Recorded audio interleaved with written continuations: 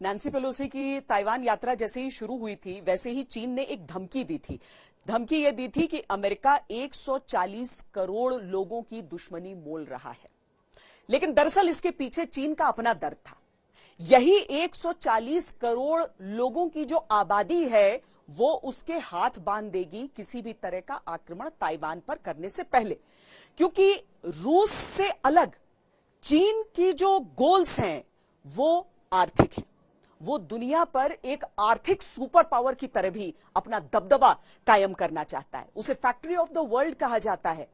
और इसके लिए अगर अमेरिका और बाकी देश ताइवान पर हमला करने के कारण उस पर आर्थिक प्रतिबंध लगाते हैं, तो चीन की स्थिति वैसी नहीं रह जाएगी, उसकी अर्थव्यवस्था चूर चूर होगी। वो इन बातों को अच्छी तरीके से समझ रहा है।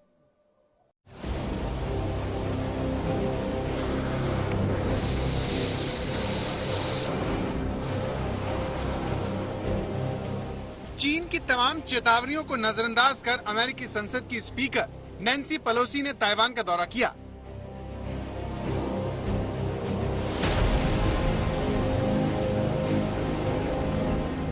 इस दौरान चीन के विमान ताइवान की सीमा में भी घुसे और उसके आसमान के आसपास मंडराते रहे।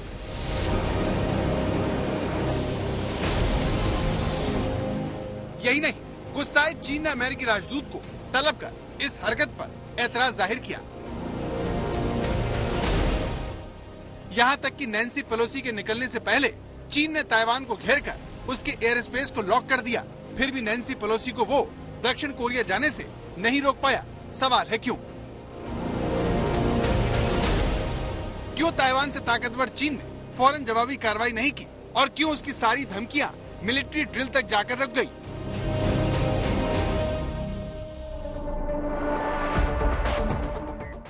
इसकी सबसे बड़ी वजह चीन की तरक्की है।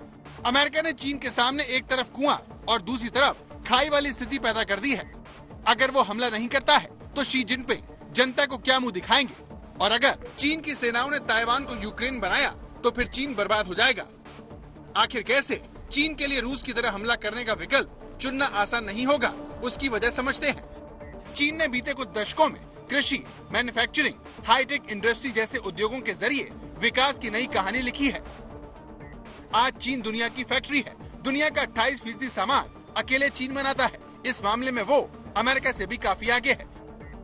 दुनिया के निर्यात में भी चीन का हिस्सा करीब 15% है, जो अमेरिका और जर्मनी से करीब करीब 2 गुना है।